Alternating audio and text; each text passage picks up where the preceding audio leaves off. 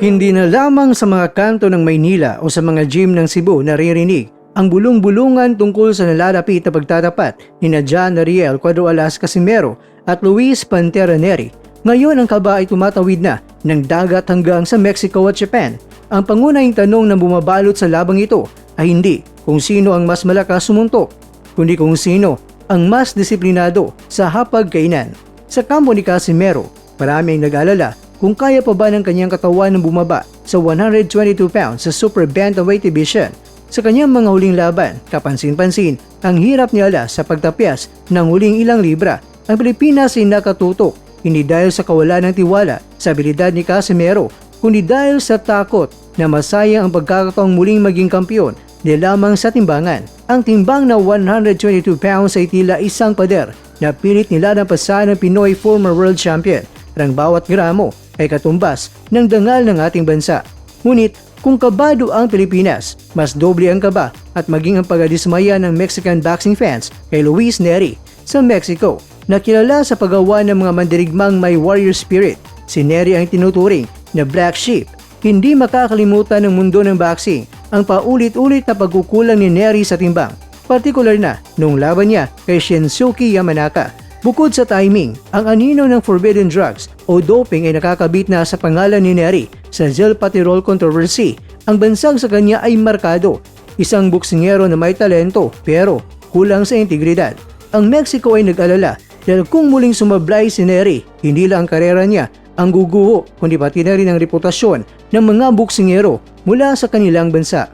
Ang laban sa timbangan ay tila mas matindi pa sa laban sa loob ng ring para sa kanilang dalawa.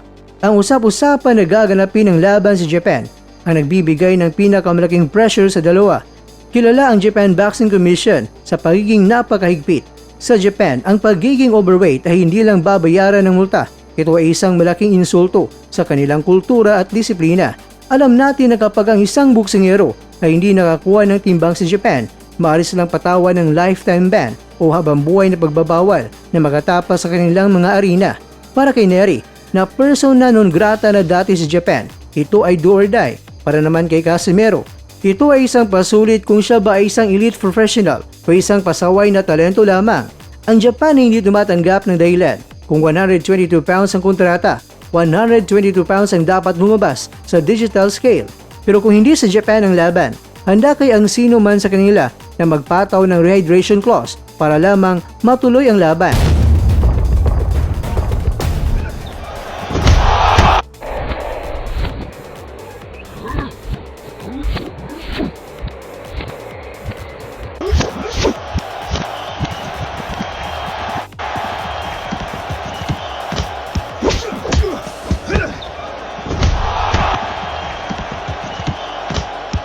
Samantala, isang krusyal na laban na magaganap ngayong gabi sa Moscow. Ang pambato ng Pilipinas sa si Gio Santissima na may kartara ngayon na 26 wins, 9 losses at 22 knockouts ay sasabak sa lungga ng Leon laban sa undefeated Russian prospect na si Mikhail Grigoryan.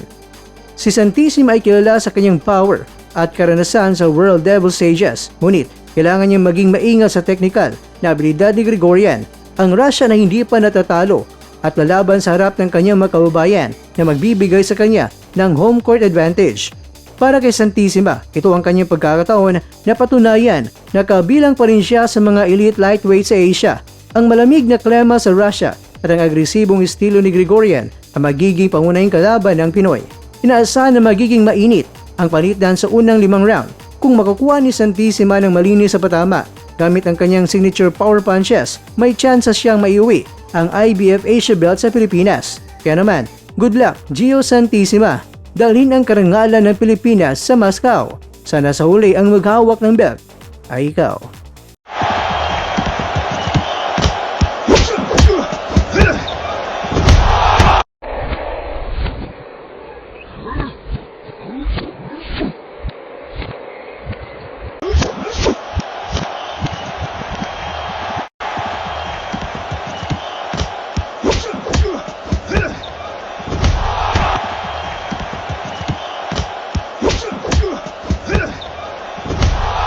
Sa bawat suntok Mga kakwento, hanggang dito na lang muna ang ating kwentuhan. Huwag kalimutan na mag-like, share at subscribe. Ako po si Mr. Kwento. Ito ang mga kwentong maaring hindi pa nakwento sa inyo. Tayo ng boses ang hindi pa napapansin ng mundo. Samahan niyo akong busisiin ang bawat kwento at bawat sakripisyo ng mga mandirigmang mga Pilipino. Ito ang kwentong di pa nakwento. Pilipinas para sa mundo. Pilipinas para sa mundo.